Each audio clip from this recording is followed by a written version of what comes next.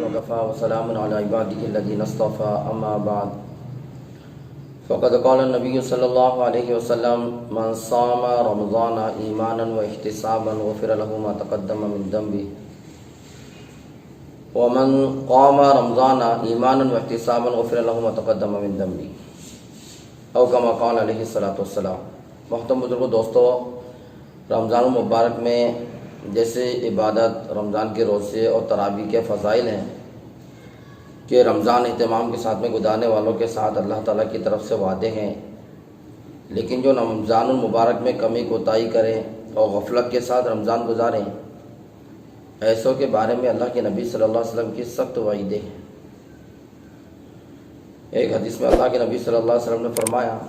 جب آپ صلی اللہ علیہ وسلم ممبر پر تشریف فرما ہوئے تو آپ نے پہلی سیڑھی پر قدم رکھا، آمین کہا، دوسری پہ قدم رکھا، آمین کہا، تیسری پہ قدم رکھا، آمین کہا۔ جب آپ ممبر سے نیچے تشریف لائے تو صحابہ نے پوچھا، اللہ کے نبی صلی اللہ علیہ وسلم، آج آپ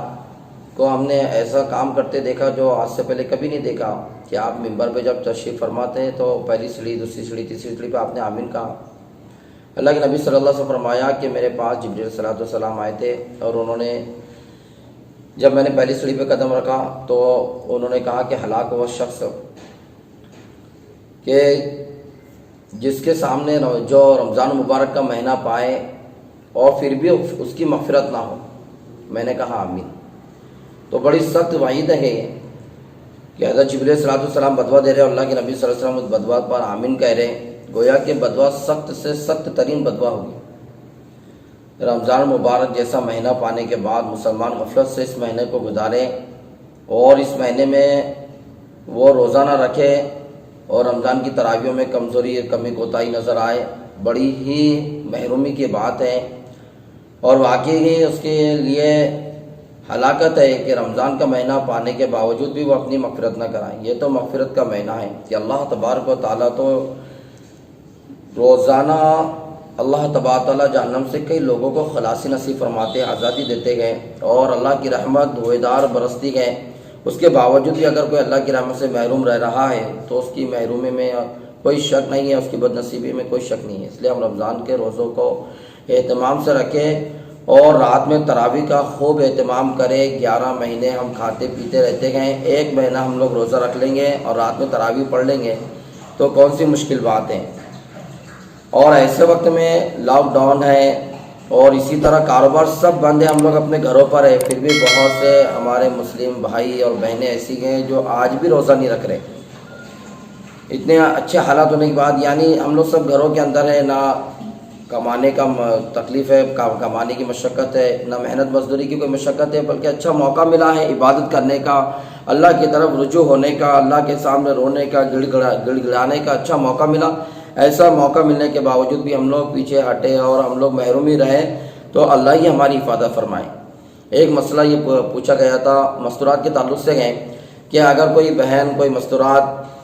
صبح صادق یعنی فجر سے پہلے وہ فجر کے صبح صادق کے بعد اگر وہ پاک ہوتی ہے، صبح صادق ہونے کے بعد اگر وہ پاک ہوتی ہے، چاہے دن کے کسی بھی حصے میں وہ عورت پاک ہو، تو ایسی عورت روزہ رکھے یا نہ رکھے، ایسا سوال وہ کیا گیا تھا تو اس کا جواب یہ ہے، مفتی سلمان مسرور پوری نے کتاب المسائل کے اندر اس کا جواب دیا ہے کہ ایسی عورت جو صبح صادق کے بعد پاک ہوئی ہے وہ اس دن کا روزہ نہیں رکھیں گی بلکہ دن بھر روزے داروں کی طرح رہیں گی، وہ اس دن کے روزے کی رمضان المبارک کے بعد قضا کریں گی۔ اسی طرح بچوں کے تعلق سے ہمارے بہت سارے بچے روزہ رکھتے ہیں تو اس تعلق سے بھی مسئلہ معلوم کر لیجئے کہ بچہ اگر 10 سال سے کم عمر کا ہے اور طاقتور ہے، صحت مند ہے، تو ایسا بچہ اگر روزہ رکھتا ہے تو اسے ہم روزہ رکھنے سے منع نہیں کریں گے، بلکہ اچھی بات ہے، روزہ رکھ رہا صحت مند ہے۔ لیکن اگر وہ کمزور ہے اور روزہ رکھنے سے کمزوری بڑھ جائیں گی تو اس بچے کو روزہ رکھنے سے منع کر دیں۔ لیکن اگر کوئی بچہ 10 سال کا ہے یا اس سے زیادہ ہے، 11 سال کا، 12 سال کا، بالغ نہیں ہوا، 10 سال یا 11-12 سال کا بچہ ہے، تو اب والدین کی اور سرپرست حضرات کی ذمہ داری بنتی ہے کہ اس بچے کو روزہ رکھنے کا حکم کرے، تاکید کرے اس پر روزہ رکھنے کے لیے تنبیہ کرے. اگر بچہ روزہ نہ رکھے تو تنبیہ بھی کرے، کیونکہ حدیث پاک میں آتا نا کہ 10 سال کا بچہ جائے اس سے روزہ رکھنے، اس کو نماز پڑھنے کا حکم کرو، اور جب وہ 7 سال کا بچہ ہو تو اسے نماز کی ترغیب دی جائے، اور جب وہ 10 سال کا ہو جائے تو اس کو نماز پڑھنے کا حکم کرے، اور نماز نہ پڑھے تو اس کو مارے. تو ایسے روزے کا بھی یہی حکم ہے کہ جب بچہ 10 سال سے کم کا ہو تو روزہ رکھنے کی طاقت رکھتا ہو تو روزہ رکھے گا، کوئی حرج نہیں ہے. اور اگر 10 سال کا ہو جائے یا اس سے زیادہ کا ہو جائے تو اب والدین کی اور سربراہ حضرات کی ذمہ داری ہے کہ اس کو سختی سے روزہ رکھنے کا حکم کرے، اور نہ رکھنے پر اس کو تنبیہ کرے، مختصر اس کو مارے، کیونکہ بچپنے سے ہی روزہ رکھنے کی اس کو عادت ہوگی تو بالغ ہونے کے بعد وہ روزہ رکھے گا. ورنہ 13-14 سال کا ہو گیا اور ہم نے اس کو روزے کی ترغیب نہیں دی اور اس پر سختی نہیں کی اور اس پر تاکید اور تنبیہ نہیں کی اور ویسے ہی بے روزہ زندگی گزارا تو بالغ ہونے کے بعد بھی اس کی زندگی میں روزے نہیں آئیں گے اور وہ پوری زندگی بے روزہ رہیں گا. کئی بھائیوں کا بارے میں آتا ہے کہ 40 سال کے ہو گئے، 35 سال کے ہو گئے، آج تک انہوں نے روزہ نہیں رکھا. نعوذ باللہ ثم نعوذ باللہ، اتنی بڑی عمر ہو گئی لیکن انہوں نے روزہ نہیں رکھا، کیونکہ بچپنے سے روزہ رکھنے کی ان کو عادت نہیں تھی. اس لیے بچپنے سے بچوں کو عادت ڈالے روزہ رکھنے کی. ہاں اگر کمزوری کا ڈر ہے اور کمزور پڑ رہے گئے تو پھر ایسے وقت میں بچوں کو جتنا روزہ ان سے ہو سکے اتنا روزہ ان سے رکھوائے. پورا روزہ رکھوانا ضروری نہیں ہے، پورے رمضان مبارک میں روزہ رکھوانا ضروری نہیں ہے. اسی طرح گھر پر تراویح ہو رہی ہے ہماری آج کل، ہمارے ساتھ تراویح میں ہماری ماں بہنیں بھی شریک ہے، تو اس تعلق سے بھی مسئلہ معلوم کر لیجئے. اگر تراویح پڑھانے والا بچہ حافظ قرآن بالغ ہے، پڑھانے والا بالغ ہے، حافظ قرآن ہے، وہ گھر میں تراویح پڑھا رہا ہے اور اس کے ساتھ میں محرم اور غیر محرم عورتیں بھی شریک ہے، تو وہ تراویح پڑھا سکتا ہے اپنے گھر کے اندر محرم غیر محرم عورتوں کو. جو غیر محرم عورتیں ہیں وہ اس بالغ حافظ سے اور اس لڑکے سے جو امامت کر رہا ہے، تراویح پڑھا رہا ہے، اس سے پردہ کریں گے، کیونکہ وہ غیر محرم ہے. پردہ کرنا ضروری ہے، فرض ہے. تراویح سنت ہے لیکن اجنبی سے پردہ کرنا واجب ہے، ضروری ہے، قرآن پاک کا تاکیدی حکم ہے. اور اسی طرح اگر اس حافظ کے پیچھے یا اس امامت کرنے والے کے پیچھے صرف عورتیں گئیں تو در مختار کے مطابق ایسے شخص کی امامت کرنا مکروہ ہے اور عورتوں کا اس کے پیچھے نماز پڑھنا مکروہ ہے، صرف غیر محرم عورتیں ہیں تو.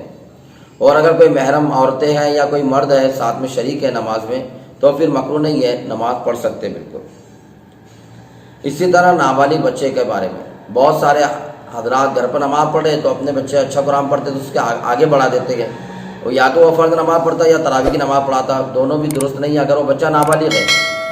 12 سال سے 15 سال کے درمیان میں اگر وہ بالغ ہو جاتا ہے تو وہ تراویح بھی پڑھا سکتا، فرض نماز بھی پڑھا سکتا.